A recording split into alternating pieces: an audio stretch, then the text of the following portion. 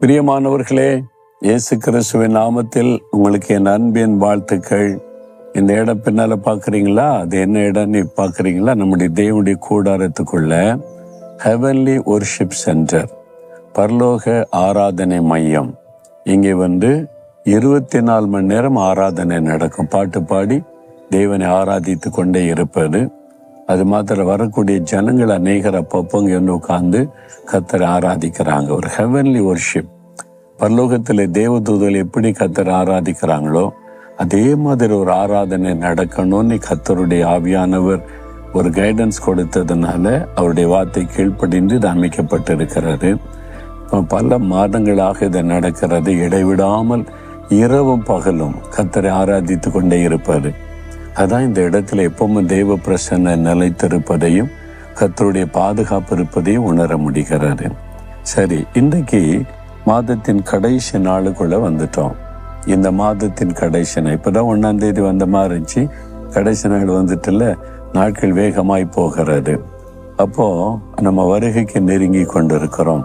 நாளைக்கு ஒரு புது மாதத்துக்குள்ளே பிரவேசிக்க போகிறோம். இன்னைக்கு ஆண்டவர் உங்களுக்கு என்ன வார்த்தை சொல்றார் தெரியுமா? மீகா 2:13 தடைகளை நீக்கி போடுகிறவர் முன்பாக நடந்து போகிறார். தடைகளை நீக்கி போடுகிறவர். ஆண்டவருக்கு நிறைய பெயர்கள் உண்டு. அதுல ஒரு பெயர் தடைகளை நீக்கி போடுகிறவர். உங்க வாழ்க்கையில தடை, பிசினஸ்ல தடை, படிப்புல தடை, வேலையில தடை, வீடு கட்டுவதில் தடை, திருமண காரியத்துல தடை, கற்பத்தின் ஆசீர்வாதத்தை பெற்றுக்கொள்வதில் தடை, ஒரு இடத்தை வாங்குவதில் தடை, தடை தடை தடை, எல்லாம் தடையாவே இருக்குது. ஒன்றும் வாய்க்க மாட்டீங்க. அப்படி கஷ்டப்படுறீங்களா?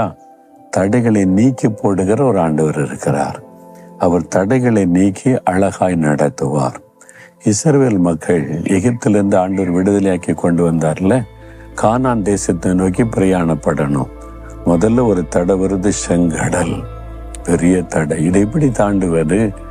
தடைகளை நீக்கி போடுகிற ஆண்டவர் முன்னால நடந்து போய் வழி உண்டாக்குறார். கடலை 2ஆய் பிளந்து வழி உண்டாக்குகிறார்.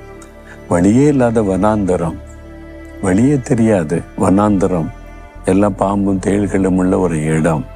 அதில் ஆண்டவர் வழி உண்டாக்கி தடைகளை மாற்றி வழி நடத்துகிறார். யோர்தான் நதி குறுக்கிடுகிறது. அந்த யோர்தான் நதியை பிளந்து தடையை மாற்றி வழி உண்டாக்குகிறார். எரிகோ என்ற பட்டணத்தின் பெரிய மதில், எப்படி இந்த பட்டணத்தை சொந்தமாக்குவது? மதில் சுவர் தடையா இருக்குது. ஆண்டவர் அதை விழப்பண்ணி தடைகளை மாற்றினார். தடைகளை மாற்றுகிற தேவன் உங்களுக்காக செய்வார்.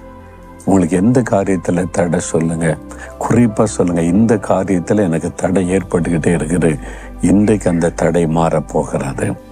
இந்த வாக்குத்தத்தத்தை விசுவாசிங்க. என்னுடைய வாழ்க்கையில் இருக்கிற இந்த தடையை மாற்றுகிற என் ஆண்டவர் இயேசு எனக்கு முன்னாலே நடக்கிறார். அவர் முன் சென்று தடைகளை எல்லாம் மாற்றுவார். நான் விசுவாசிக்கிறேன்னு சொல்லுங்க. இன்றைக்கு ஒரு மாற்றம் ஆரம்பிக்கும். இன்றைக்கு ஒரு அற்புதத்தை காண்பீங்க. இன்றைக்கு ஒரு அற்புதத்தை எதிர்பார்த்து ஜெபிக்கணும். ஜெபிக்கலாமா? ஆண்டவரே, இந்த மாதத்தின் கடைசி நாளை காண செய்த தேவனுக்கு ஸ்தோத்திரம். நீர் கொடுத்த வாக்குத்தத்தத்திற்காக ஸ்தோத்திரம். நீ தடைகளை நீக்கி போடுகிற தேவன். இந்த மகனுடைய வாழ்க்கையில, மகளுடைய வாழ்க்கையில காணப்படுகிற தடைகள் விலகட்டும் இயேசு கிறிஸ்துவின் நாமத்தினாலே. இன்றைக்கே வழி திறக்கப்படட்டும். இன்றைக்கே வழி உண்டாக்கப்படட்டும். இன்றைக்கே தடைகள் மாறி காரியங்கள் வாய்க்கட்டும். இன்றைக்கு ஒரு அற்புதம் இந்த பிள்ளைகளுடைய வாழ்க்கையில நடக்கட்டும். இயேசு கிறிஸ்துவின் நாமத்தில் ஆமேன், ஆமேன்.